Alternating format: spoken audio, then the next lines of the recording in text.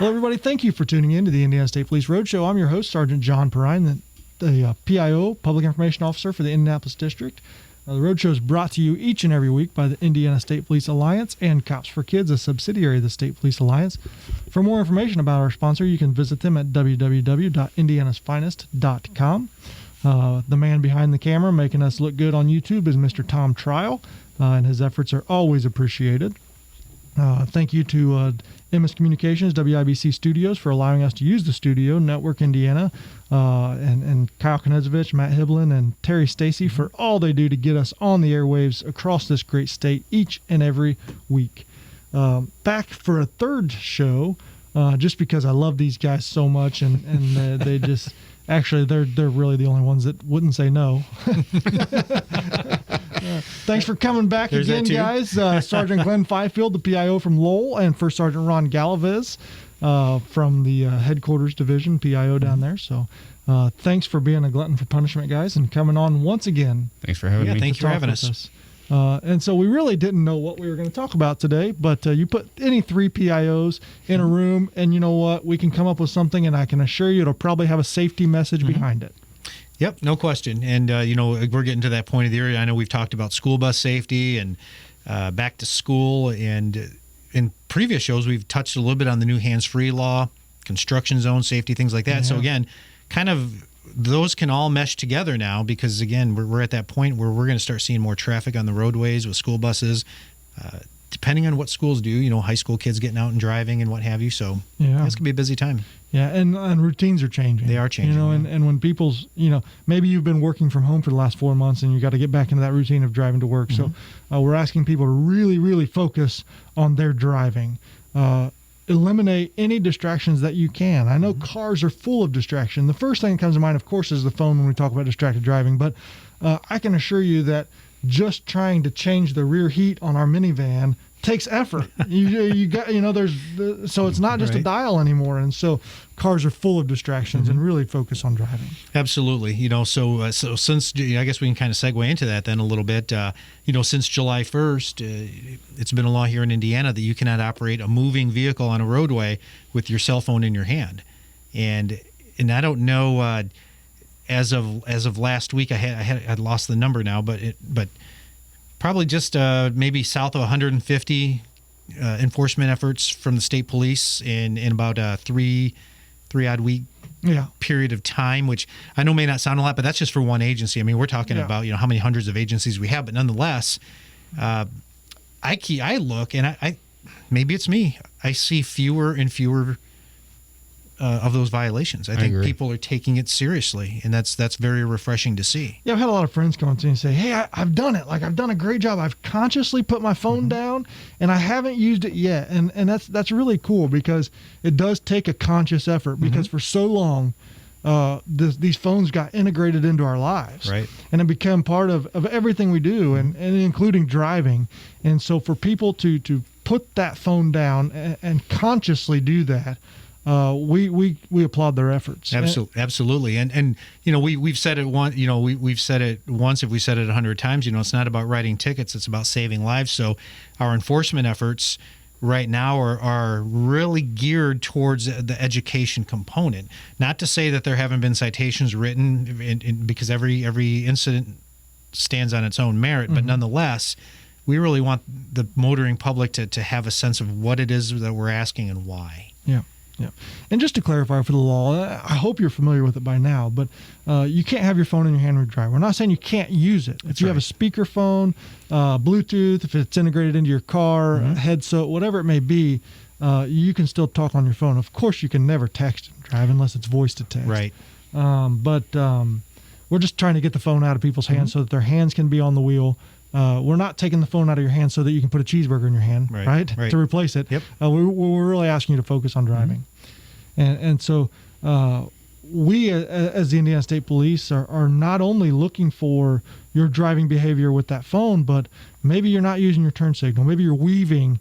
Maybe you're tailgating, driving too fast. Those are the driving behaviors we're looking for in addition to the phone. Yep, absolutely. And during this pandemic, especially kind of at the height of it, when things were really starting to shut down, we started to see a lot less traffic on the roadways. We saw speeds increasing, in many cases, exponentially.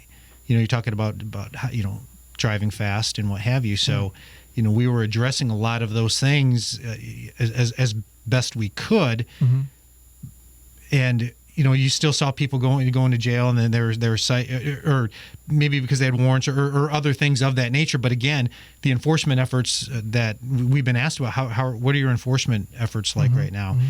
Yeah, they've kind of ebbed and flowed a little bit, but they've kind of ebbed and flowed as this pandemic has gone, because again, we have human beings working for us whose health and safety we have to be concerned about as well. So I'm going to give an exclusive warning to the listeners who listen to our show, and that is we have very recently reset up what we call a plane zone, an airplane zone on I-65 just south of Indianapolis. Mm-hmm. There are large white lines painted on the roadway, and in the very near future, you will see enforcement efforts utilizing airplanes in that area. So there it is, exclusive to our listeners and our watchers on YouTube. You have been warned.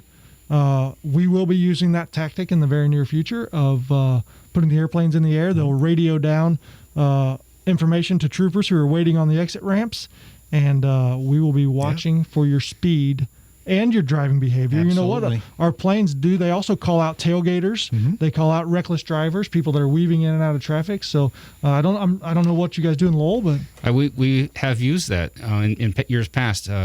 Lee Wright, one of our pilots, Sergeant Wright, he is since retired, but he was well known, well versed in that, and we would run plain line detail up on 8094 and the Borman Expressway, and not only speeders, but Sergeant Wright would see, like you said, following too closely, somebody that was changing lanes, and he would relay that information to us, and we'd be waiting on a ramp or in a crossover in a median or somewhere like that, and he would call out the car specifically, and the drivers would be stunned that an airplane saw them doing that. Yeah. And that would always caught them by surprise. They just had no idea. Yeah. So the whole, there used to be a sign, you used to see the sign on the highway that said, "Watch your speed, we are," and there was a picture of the airplane and the helicopter. That's right. And it's true. And it holds true still to this day. Yep, and it is an effective measure. And one thing that the state police has the honor of participating in is something called the 6 State Trooper Project. And what that is essentially six state police agencies throughout the Midwest. And forgive me, I'm going to try to name them, but I don't know if I can, right? West Virginia, Pennsylvania, Ohio, Michigan, Indiana, and Kentucky, I think. Sounds right. Yeah. Yeah, I think I'm right. Okay. But if I'm not, I apologize if I omitted somebody. But anyway, what we do with this 6 State Trooper Project is periodically throughout the year we'll take different weeks, and all 6 of those state police agencies will focus on without a better way of saying it, we'll focus on one violation. Now that doesn't mean that's the only violation we're focusing on, but we will do special projects to and most recently it was the move over. So in a way, it's a lot like the Operation Pullover Blitzes. That's right. In a way, but just not near for the same time frame. But yeah, you're right. And our goal is essentially not to see, hey, let's go out and see who can write the most tickets. It's not any type of competition. What it is it's a coordinated education campaign. Right. And our command staffs from all these agencies get together, PIOs get together, and we say, hey, what do we need to educate the public on? Oftentimes that does come with some enforcement efforts, but our main goal of those blitzes is to make people aware of some of these laws that maybe aren't normally focused on with special projects. Right. So you mentioned the most recent one was the move over law. That was here about 2 weeks ago, give or take. Mm-hmm. So I know some of them are distracted driving, seatbelt enforcement, maybe one. Drunk driving sometimes. Yeah.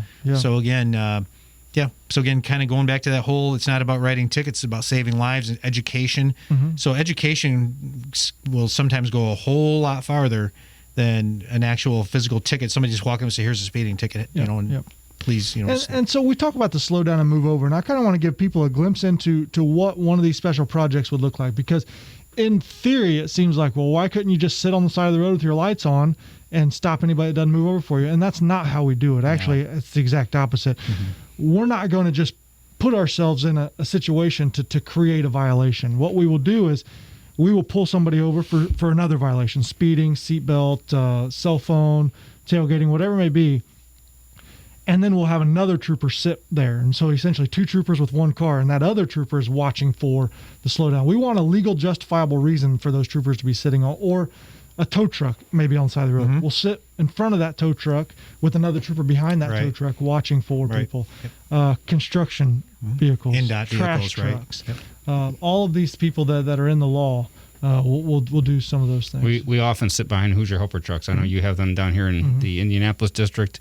We do that up in Lowell. We'll sit behind a Hoosier Helper truck as they're assisting a motorist and watch for that move over violation. Yeah, so when we do these special projects, we try to get creative sometimes with our efforts, but it's never been about hiding or trying to generate a whole bunch of tickets. It's all about, we don't always focus on this all. Let's take a glimpse of time here and really focus on educating the public about it. Right, and at the end, it's all about gaining voluntary compliance. We're simply asking you to please, on your own, obey the law. Obey those traffic laws. Yeah, just 4 nights ago, we tragically lost a construction worker in Indianapolis by somebody who, the investigation's ongoing, so I don't want to, everything's alleged, is the lane ended. And she needed to move, the driver needed to move to the left. And there was arrow boards that told her that. Instead, she swerved to the right to keep from hitting the arrow board where the workers were working. Tragically hit one of the workers that was outside. And again, that's why it's so important. Again, this isn't about that investigation, but pay attention in those construction zones. They change often, they evolve, and there are people working so close to moving traffic that anything you can do to increase their safety is a bonus. And they do everything that they can in advance of that. Signage and arrow boards, like you said, trying to advertise, hey, look out, there's a construction zone coming up ahead. So when you start seeing those, start preparing to take action. So if they say lane ends, move left in 1 mile, don't wait to the 9/10 of a mile to move over. Just go ahead and get moved over now, so you're already well ahead of the game, because there's so many people that try to squeeze in. That brings up a good point when we talk about merging and construction zones and things like that. Is it's not a new theory, but it's a theory that we've been trying to push, is something called the zipper merge. And what we see at these construction zones is we've got a lane ending, and traffic will back up for miles, and then you get the 2 or 3 people going, and it just makes everybody mad. Well, the idea behind a zipper merge is if everybody would just be patient and let each other merge, then everybody would flow through that traffic construction zone without slowing down, dramatically or stopping. The problem becomes is when you get that line of traffic and they say, nope, I'm not letting anybody in. Nope, I'm not letting anybody in. And before you know it, cars are having to slam on their brakes and you back up for miles. So explain this, the importance of having the patience and that's just it. It's not a race. You're not trying to win. You're not trying to get there first. And you may be frustrated that somebody passed and merged up there in front of you. But at the end of the day, think of the construction workers, that they have to go home to their families as well. And just take a deep breath and let that person merge in front of you. You're not losing anything. You're not losing any time. You're already in the traffic construction zone. Traffic's hopefully going slow. So just do the right thing, the courteous thing, and allow that driver to merge in. Be a courteous driver. I say that over and over again. Just be a courteous driver. Absolutely. I mean, we've all been in those situations where you get stuck in that lane and you're like, oh, shoot, I'm in the wrong lane, or I need to get over there. I think every driver has experienced that. You just need somebody to be courteous enough to let you over. And I think what's also as important is when you're in a lane in a construction zone, try to stay in that lane, as opposed to you're seeing traffic moving to your right or left, and then you merge over to that lane, and now that lane stops. And then traffic starts moving in the lane you were just in, so then cars go back to that lane that is moving. Don't do the frog, I guess you call it, hopping lane to lane to lane. Pick that lane, stay there, and just get to your destination. That's right. Well, thank you to my guests, First Sergeant Ron Galavez and Sergeant Glenn Fifield. We kind of threw a little bit of everything at you today, but it's all about safety, and we want everybody to really cognizantly think about driving defensively, driving safely, and being a courteous driver. That's what it comes down to. limit those distractions, keep your hands on the wheel, your eyes on the road, and focus on what's important. Thank you for listening to the Indiana State Police Roadshow. We will see you next week.